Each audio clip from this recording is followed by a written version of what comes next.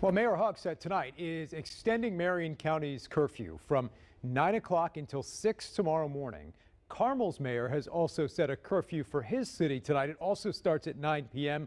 but ends an hour earlier at 5 tomorrow morning. Carmel's police chief says it's because of threats that have been directed toward the community.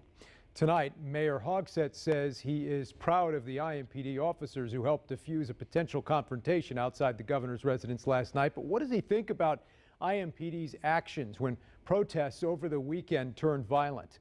Fox 59's Russ McQuaid got that answer today in an exclusive interview. This is the corner where Saturday night a peaceful protest became a riot as IMPD answered rocks and other projectiles with tear gas.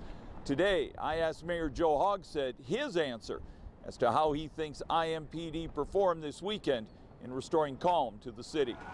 That's the moment right there when the second and worst night of rioting turned to chaos in Indianapolis, just across the street from the city-county building as protesters stopped to confront police. What followed was another 5 hours of street battles, 2 murders, and untold losses. As banks were attacked, stores were broken into and re-victimized for a second night. More fires were set and complaints mounted about some of the tactics IMPD employed to stop the unrest. I think there are aspects of some of the videos that I saw that are of concern and disturbing, but I can't make judgments on the basis of that. A review of IMPD statistics reveal at least 100 use of force reports, from handcuffing to pepper ball deployment, and the mayor wants Police Chief Randy Taylor to conduct internal inquiries, and the chief apologized to any protesters who were inadvertently suffering the effects of tear gas. We marched down that street on Saturday and they cut us off and immediately gassed us with no warning. A deputy chief said he would remind officers to be judicious in their use of force but not change their tactics.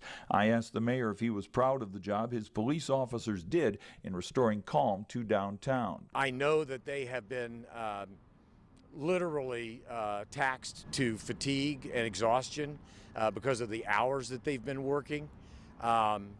And I hope to visit with some of the members of our ERG units later this afternoon. But other than a few moments when things did get a bit chaotic, I think for the most part, they've done their best at keeping the peace. Dr. Chris Holland is the pastor of the Father's House and raised the money to equip every police officer in Marion County with a medical triage kit to save lives in the street. How would you feel if the person that is kind of your boss doesn't stand up and at least tell you what a great job you did in keeping the city safe, or get you the resources that you need in the moment or the time of a major critical incident that's taken place? The mayor did have praise for an IMPD officer who applied a tourniquet to the leg of a young woman who had kicked in a window and cut her leg and probably would have died if not for that tourniquet, which was likely supplied by Dr. Holland and his volunteers. In downtown Indianapolis, Russ McQuaid, Fox 59 News.